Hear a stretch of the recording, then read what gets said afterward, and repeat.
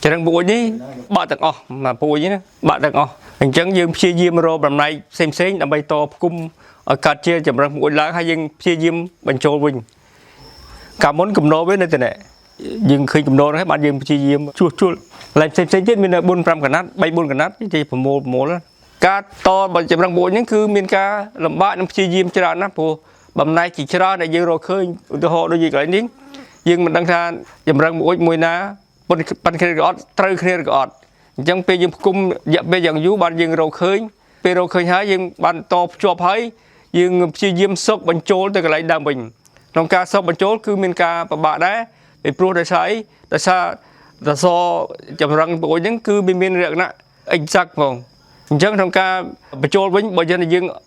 chạy cái tiết đó cứ bạn trong ca ban chốt nè bây giờ thu rồi bớt sân dương mình prap nhẹ để kê mà tôi nói kia đang thấy dương thu ấy thì thôi dương mưa cách cả bao dương mưa tới vì miền phép si khnia thôi bây từng po từng cái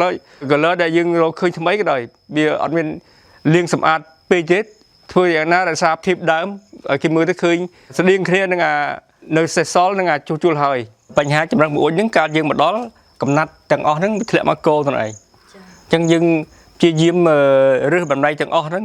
យកតប៉ុន្តែកន្លែងខ្លះអត់តអត់ត្រូវទេចឹងយើងព្យាយាមដើរប្រមូលពីខាងកន្លែងផ្សេងគុំគ្នាពេលណាគុំត្រូវហើយបាទយើងតបជាប់ឧទាហរណ៍ដូចជាមួយសសរមួយនេះយើងឃើញមានបណ្ដៃបាក់3 4កំណាត់1 2 3 4ណាចឹងមួយហ្នឹងមាន4កំណាត់ឬក៏5ឬក៏2តាមស្ថានភាពជាក់ស្ដែងយើងរកឃើញប៉ុន្តែយើងត្រូវច្បាស់ថាពេលរកឃើញបាត់ថាតាសហ្នឹងគឺវាជារបស់វាព្រោះយើងដាក់ទៅមានងាំមានកលៈមានក្បាច់វាស៊ីគ្នាហើយពេលយើងតបគុំតាសទាំង7ហ្នឹងណាជាទូទៅយើងដឹងថាចម្រឹងបង្អួចគុំប្រាសាទទាំងអស់គេមិនដែលប្រើលេខគូទេខ្ញុំផ្នែកជំនឿមានលេខ5មាន3 5 7 9ណាមិនដែលមានលេខគូទេ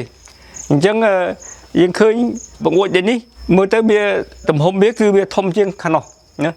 ខាងនោះតូចជាងតាមថ្នាក់មួយគឺពីធំទៅតូចនឹងក៏វត្តដូចនេះអញ្ចឹងពួកខ្ញុំពេលតហើយហ្នឹងគឺយើងបានព្យាយាមសោកបញ្ចូល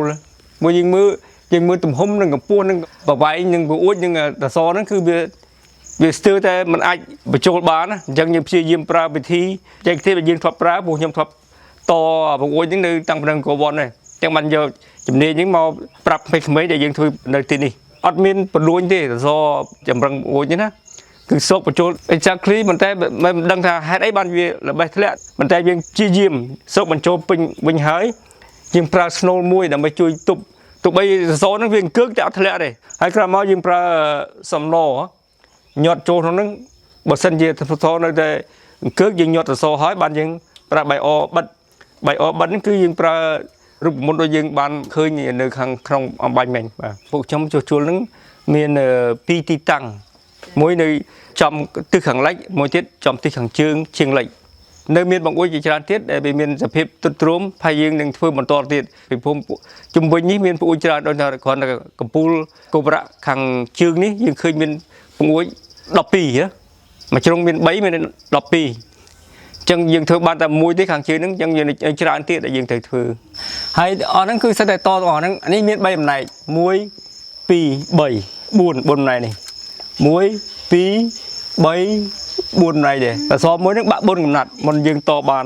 ជាអសឡើងវិញព្រោះនេះនៅខ្លះបើអានោះមិញបាក់3ទាំងអស់ចឹងអានេះនៅខ្លះនេះ1 2 3 4នេះយើងដួលមកក្រោមតែហ្នឹងនៅកន្លែងដើម